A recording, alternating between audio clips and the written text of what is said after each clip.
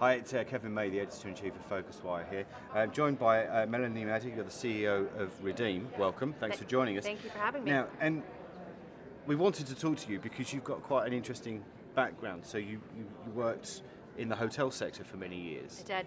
So, and now you've come in, you're less than 6 months in as the CEO of Redeam. Correct. I want to know, given your hospitality background, what you make of all this and the connectivity and the distribution and the supposed fragmentedness based on what you know about the way it works in another part of the industry. Well, I was actually retired before I joined Redeem, and what brought me out of retirement for Redeem specifically was where tourism and travel needs to go as far as technical evolution, right? So if I take a look back at my hotel career, 10, 15 years ago, we were solving a lot of the same problems that we need to solve in tourism attractions because of the fragmentation that exists.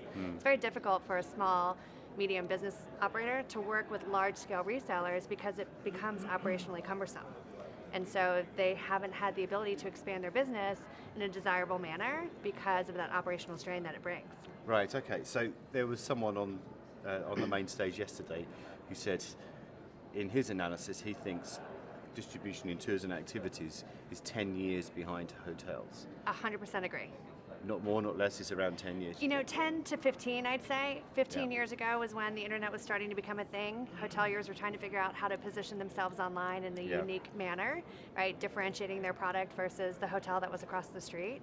We were faxing reservations. You had somebody standing at a fax machine to take a piece of paper to input it into their property management system.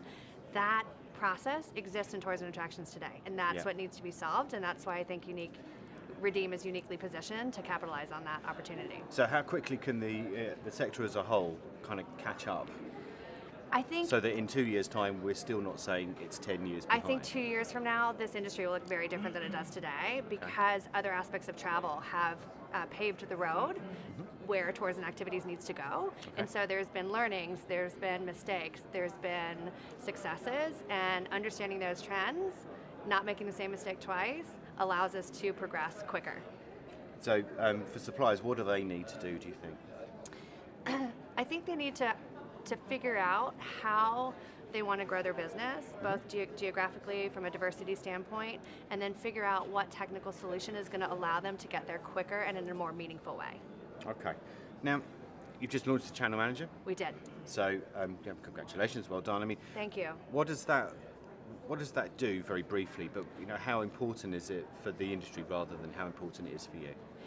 For the industry, very important. It mitigates the fragmentation that exists today. It allows the tours and attractions with their reservation and point of sale provider to expand their distribution opportunities and bring in more resellers, bring in more consumers around the globe. If you take a step back, that 10, 15 years in hotels, channel manager was what helped hotels really expand their offering across the internet and to consumers around the globe. Previously, when a hotel wanted to work with resellers, they had to manage individual extranets. That's very manually cumbersome. Exactly what the tours and activities is going through today. So I think it's critical for this industry to adopt new technology that digitizes and streamlines the distribution. Something that did happen to the host, I'm doing this kind of balance between what your previous life was in the hotel sector, but the hotel industry also went through a period where Google entered into the sector. Google has just officially entered this sector. What's your kind of view on that? Google is Google, right? Yep. Very innovative, very disruptive. I think we'd be remiss not to take a look at what Google is doing and figuring out how to be part of that evolution versus just on the sidelines, right? So from a Redeem perspective, working with Google to figure out how we distribute our current inventory to them in a meaningful way, that's a win for the supplier and a win for Google as well.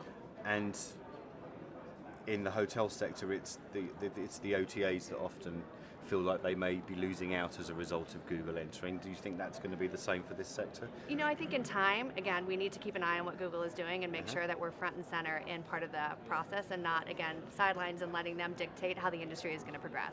Really, it should be the suppliers, right? Yeah. Really, it should be the suppliers that are going to Google and figuring out how to meaningfully distribute their product by way of connectivity solutions that exist like Redeem. Okay, Melanie Meador, thank you very much for joining us. Thank you for having me. Thank you.